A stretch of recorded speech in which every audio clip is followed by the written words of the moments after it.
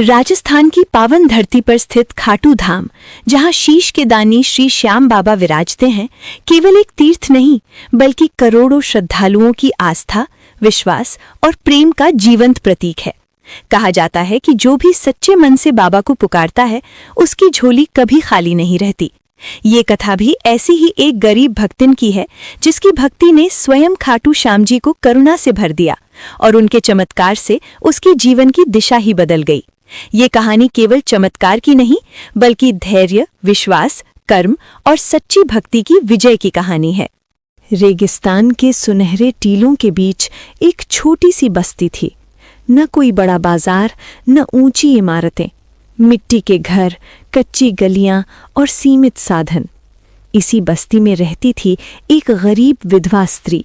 नाम था राधा। पति के देहांत के बाद जीवन उसके लिए संघर्षों का पर्याय बन चुका था। 2 छोटे बच्चे, मोहन और गीता, उसकी दुनिया थे। राधा के पास न खेत था न दुकान। वह लोगों के घरों में बर्तन मांजती, झाड़ू लगाती और जो थोड़ा बहुत मिलता उसी से घर चलाती। कई बार तो बच्चों को आधा पेट ही सोना पड़ता। फिर भी राधा के चेहरे पर शिकायत कम और संतोष अधिक दिखाई देता था। कारण था उसकी अटूट भक्ति। राधा का एकमात्र सहारा थे खाटू श्याम बाबा। सुबह सुबह उठकर वो अपने छोटे से मंदिर में बाबा की तस्वीर के सामने दीपक जलाती, 2 फूल चढ़ाती और आंखें बंद कर कहती, बाबा, आज जो भी होगा आपकी मर्जी से होगा। उसके पास चढ़ाने को भोग भी हमेशा नहीं होता था, कभी सूखी रोटी, कभी गुड़ का छोटा सा टुकड़ा, लेकिन वो मानती थी कि बाबा भाव देखते हैं, भोग नहीं। बस्ती के लोग अक्सर उसकी भक्ति का मजाक उड़ाते। कोई कहता, इतनी पूजा से क्या मिलेगा, पेट भरने को रोटी है नहीं। राधा मुस्कुरा देती और शांत स्वर में कहती, बाबा पर भरोसा है, वही सब देंगे। 1 वर्ष अकाल पड़ गया। काम लगभग खत्म हो गया। जिन घरों में राधा काम करती थी, वहां खुद खाने का संकट था। धीरे धीरे उसकी आमदनी शून्य हो गई। बच्चों की भूख देख उसका हृदय कांप उठता।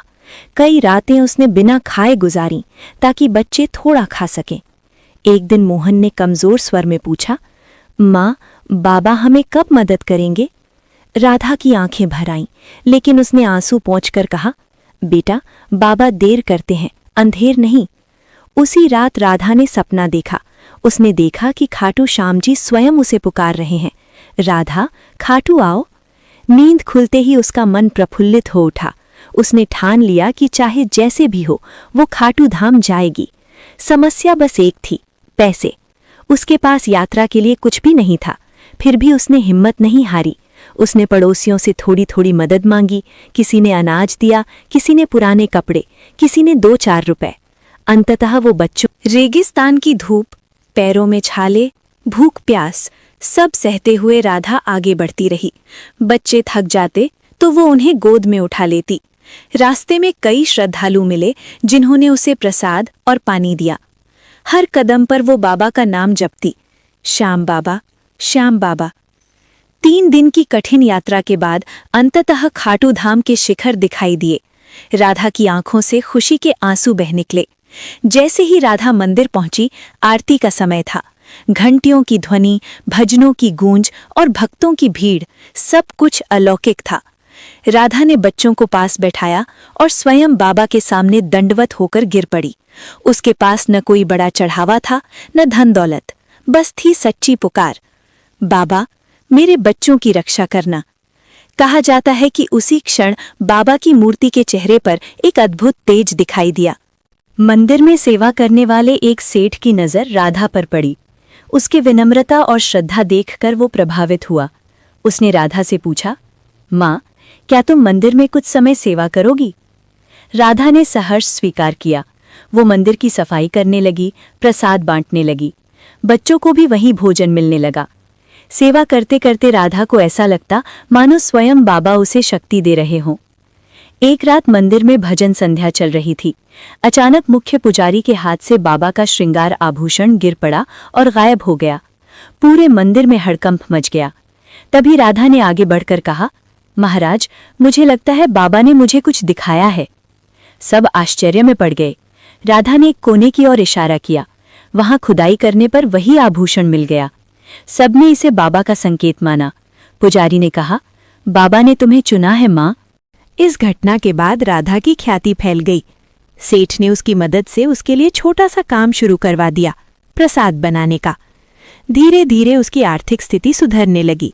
बच्चों की पढ़ाई शुरू हो गई। राधा ने कभी घमंड नहीं किया। वो कहती, ये सब बाबा की कृपा है। कुछ वर्षों बाद राधा की झोंपड़ी पक्के घर में बदल गई। उसके बच्चे संस्कारी और शिक्षित बने। लेकिन सबसे बड़ी बात, राधा की भक्ति और भी गहरी हो गई।